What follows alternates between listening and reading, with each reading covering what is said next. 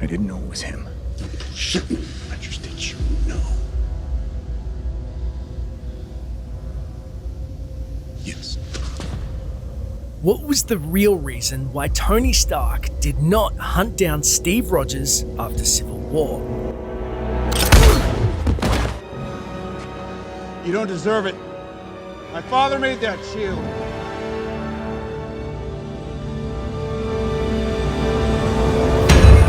Before we jump into the video, the March giveaway is this 24-inch theatrical scale Captain America shield.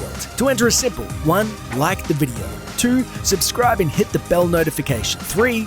Leave a comment below if you believe Tony and Steve Rogers will have an emotional reunion in Endgame. Today's video is brought to you by Audible. In this video, we will be answering why didn't Tony Stark hunt down Cap and the gang after Civil War when they were on the run? And how did the Avengers that were imprisoned in Civil War escape before Infinity War? And how did the secret Avengers manage to defeat the Black Order's Corvus Glaive and Proxima Midnight where Vision and Wanda had failed? Get up. Again. The last time we saw Cap and Tony together, they didn't end on the greatest of terms.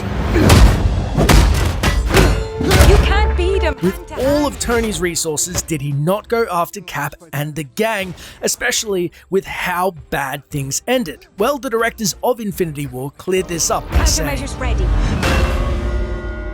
Let's kick his ass. Tony is about to realize that the one person who could help him is the one person he least wants to talk to. And he luckily carries around the burner phone. It is convenient that he A flip phone. keeps While it jogging. charged. Yeah, Fully charged. that's right.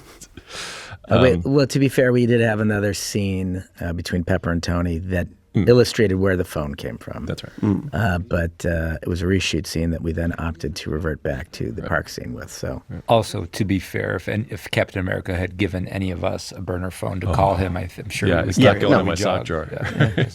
And just to sort of underline between lines here, when he says Steve might be able to help, it's because Tony knows that Wanda is on the run with Steve, and he knows that Vision has been stepping out and maybe having a relationship with Wanda, Right. and he has been cool with that and probably not called Vision to task for it. So Tony knows a lot here, even if we don't sort of make that clear to the audience. Tony's too intelligent and has too big of an ego to be a stooge to the government. He will take whatever byproduct came out of Civil War and use it to his own advantage and to keep the Avengers alive in a way that he feels like, is the less the compromise, the better for him.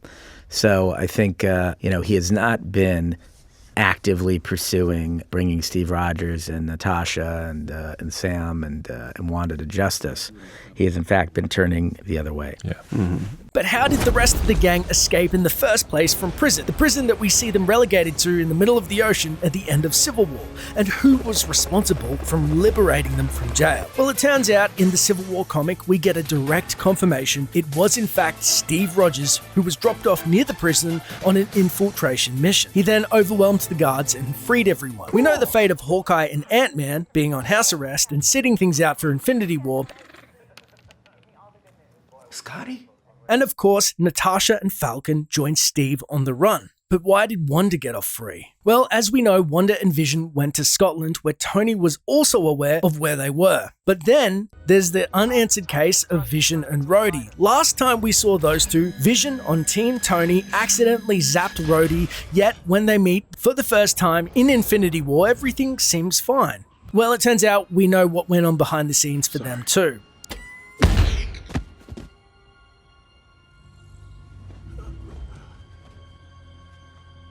I might add, Vision Is the one shot his suit, That's which right. broke his back. Yeah, but off camera, since Yeah. Civil War, he and Vision obviously had been working together until Vision went off the grid and disappeared. So they must have made amends. Well, the hotels weren't exactly 5-star. So all is forgiven by Rhodey, which is in character with him, and Tony is too proud to let everyone know that they are actually cool and he's looking out for them until Endgame. But then there's one question left. How did Steve's secret Avengers crew defeat Proxima Midnight and Corvus Glaive, where the arguably much more powerful Vision and Wanda failed? Get up. Again. Well, the answer is manifold. The first is that, unlike the comics, the Black Order's power level has been nerfed dramatically as to not outshine that of Thanos. Black Order in particular, we worked hard to adjust them to the Marvel Cinematic Universe. In the Hickman run, I thought the characters were too powerful, and nobody wants the sub-villain to outshine the villain. And we adjusted their power sets so that they lined up in a way that was more interesting with our heroes, which is why Maw is a wizard. The second is actually really inspiring, and that it is not only did Steve and the gang get a drop on the Black Order, much like Thor did with Thanos, but also... These are, obviously the Black Order are very powerful. They've got Vision on his heels. They're giving Wanda a run for her money. But what we wanted to illustrate here is that this core group of Avengers, quote-unquote secret Avengers, in Falcon, Widow, and Cap, are hardened, tough, and work very well as a unit, and surprise the Black Order here. That's right. In true Captain America form, it's teamwork that makes the dream work. And it's like Steve always says. Hey, but that up there, that's the end game. How are you guys planning on beating that? Together. We'll lose. And we'll do that together too. Speaking of superheroes, David Goggins is basically a superhero who started at 300 pounds, was out of shape, but now is an ultra marathon runner. I first came across him in an interview with Joe Rogan, then I get a call a week later and my brother tells me the best audiobook out there is Can't Hurt Me by David Goggins, which he reads. Well, needless to say, after hearing him, I cannot recommend this highly enough. And that's why I've partnered with Audible. Audible members can choose 3 titles every month, including my recommendation, Can't Hurt Me. That's 1 audiobook and 2 Audible originals you can't hear anywhere else. Audible members also get access to exclusive audio fitness programs. Go to audible.com/dashstar, or you can even text from your phone dashstar to 500 500. Listen on any device, anytime, anywhere, at home, at the gym, on your commute, or just on the go. You'll also enjoy easy audiobook exchanges, rollover credits,